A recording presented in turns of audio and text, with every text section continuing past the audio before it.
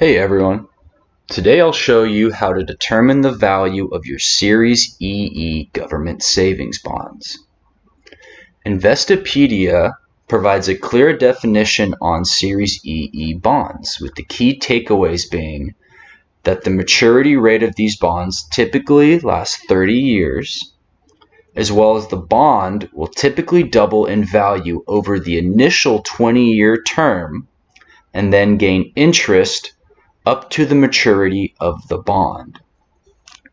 And if we want to determine the value of our Series EE bonds, we can go to Google and type in Series EE bond calculator.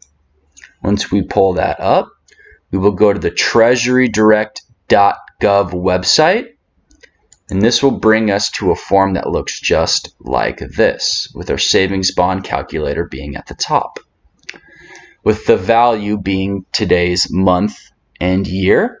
You can change that to show the end of the maturity of the bond to calculate the total worth, as well as the series of the bond, ours being EE, the denomination of the bond that says in the upper left-hand portion, the bond serial number being on the bottom right-hand portion of our bond, and the issue date, which will be on the upper right-hand portion of our bond. And if we input the information of our serial number and date and then calculate it, it will bring up something similar to this. It shows the serial number and all of the information that is about that bond right here. The issue price, the interest, your interest rate that you are receiving, and the present value of your bond being at the end.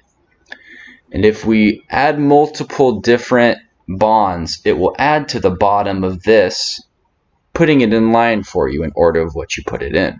We can also view our savings bond in a formula just like this. It makes it very easy for you to copy and paste over to Excel if you choose to do so. As for cashing your Series EE paper bonds, it is extremely easy. Before you go into a bank, ensure that your bond is at least 12 months old, or the bank will not accept the bond. Any bond under 5 years in length will have to pay 3 months of its interest as a penalty. After 5 years, the bond will not receive a penalty. As for the taxes paid on the bond, you will only be taxed on the interest income of the bond.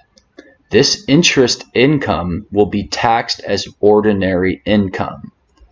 The percentage paid in tax will change as your income tax percentage changes. It can be as low as 10% or up to 39.6% for high income earners.